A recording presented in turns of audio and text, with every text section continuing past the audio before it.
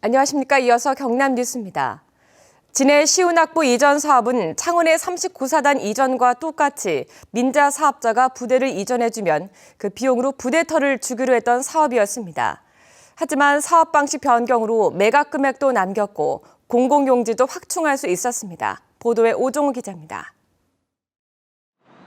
진해 시운학부터는 39사단 이전과 똑같은 방식이었습니다. 태영 컨소시엄이 해군시설 운전학부를 이전해주고 그 대가로 진해시로부터 옛 부대터를 받기로 한 겁니다. 하지만 진해시는 태영 컨소시엄과의 협약을 깨고 공사비와 위약금까지 908억 원을 지급하고 모두 시유지로 확보했습니다. 결과는 어땠을까? 통합 뒤 창원시는 입찰을 통해 전체 시운학부터의 절반이 조금 넘는 58.8%를 945억 원에 넘겨 37억 원을 남겼습니다. 공개매각이니까 그나마 제일 비싼 돈을 사겠다는데 이제 그게 낙찰이 된 거죠. 이때 확보한 약 25%의 시유지에는 현재 이순십 리더십 센터와 주차장이 들어서고 있고 주민들을 위한 도서관과 공연장, 공원도 만들 계획입니다. 근처에 도서관이 생기고 공연장이 생기면은 얼마나 더 좋을까, 삶이 더 윤택해지고 또 이제 기쁘지 않을까, 그렇게 여러 기대감이 또 큽니다. 창원의 마지막 노른자위 땅인 39사단터는 민자 사업자의 이득이 더 고려되고 있는 상황입니다. 아무런 감시와 견제 없이 추진되고 있는 39사단 이전 사업. 현재 사업 방식에 대한 재검토가 이루어져야 합니다. KBS 뉴스 오종우입니다. 이르면 2017년부터 5급 이상 공무원들에게 성과급제가 도입됩니다. 철밥통을 깨고 효율을 올리겠다는 정부 입장과 공직사회에 줄서기가 만연할 거란 우려로 경남 공직사회가 술렁이고 있습니다. 천안수 기자의 보도입니다. 정부 인사혁신처는 5급 이상 공무원부터 성과 연봉제를 도입할 계획입니다. 현재 4.5%인 성과급 대상이 15.4%로 대폭 늘어나는 것입니다. 급여에서 차지하는 성과급의 비중은 현재 7%에서 15%까지 2배 높아집니다. 이렇게 되면 같은 3급 공무원이라도 연간 급여 총액이 최대 650만 원까지 벌어질 수 있습니다. 중요하거나 어려운 업무를 맡은 공무원은 보수를 따로 올려주는 등 차등 적용도 도입됩니다. 성과주의를 도입해 공직사회의 철밥통 문화를 건절하겠다는 개혁 방안입니다. 자동적으로 보수가 증가하는 구조에서 성과와 능력에 따라 유연하게 보수를 결정할 수 있는 체계로 개편됨에 따라 이 같은 소식을 접한 경남의 공직사회는 당장 반발하고 있습니다. 성과급제의 핵심은 공무원에 대한 공정한 평가인데 다양한 업무 성과를 객관적으로 평가하기는 불가능하다는 것입니다. 그래서 평가 권한을 쥐고 있는 단체장에 대한 줄서기가 극심해질 것이란 우려도 큽니다. 줄서기 관행, 그리고 생각하지 않고 위에서 시킨 대로만 하고 막 그런 게 크게 당장해진 눈에 보이도록 학생. 호봉에 따라 임금은 자동으로 올라가는 현행 체계에 자극이 필요하다는 공직사회에 대한 비판과 공무원이 할 말조차 못해 개혁에 장애가 될 것이란 우려 속에 성과급제는 내년부터 확대 시행됩니다. KBS 뉴스 천연수입니다. 어린이와 노년층이 주로 걸리는 폐렴은 증상이 감기와 유사해 치료 시기를 놓치기가 쉽습니다. 특히 올해는 폐렴이 유행할 조짐을 보이고 있는 만큼 감염 예방에 각별한 주의가 필요합니다. 보도에 황현규 기자입니다.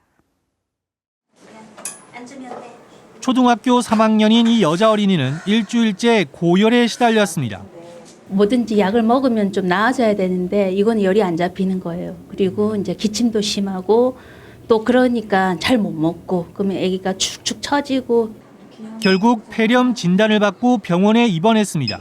세균 등이 호흡기로 들어가 감염되는 폐렴은 마이코플라스마균과 폐렴 구균이 주요 원인균입니다. 특히 올해는 유치원생이나 초등학생들이 주로 감염되는 마이코플라스마 폐렴 환자가 크게 늘어 유행할 조짐을 보이고 있습니다. 문제는 열이 나고 심한 기침이 나는 증상이 목감기와 유사해 치료 시기를 놓치기 쉽다는 겁니다.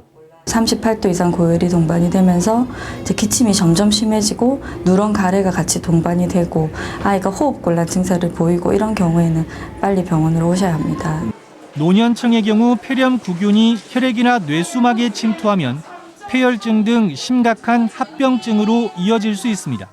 폐렴은 신체 접촉이나 기침 등 호흡기 분비물을 통해 전파되는 만큼 예방을 위해선 청결을 유지하는 게 가장 중요합니다.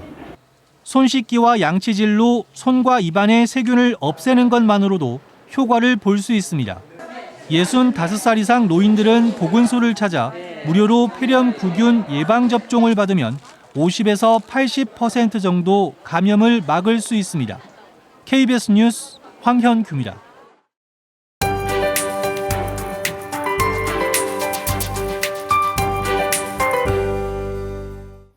주말 동안 날씨로 인한 불편함은 없겠습니다. 하늘빛도 깨끗하겠고 낮 동안에는 제법 포근해질 것으로 예상되는데요.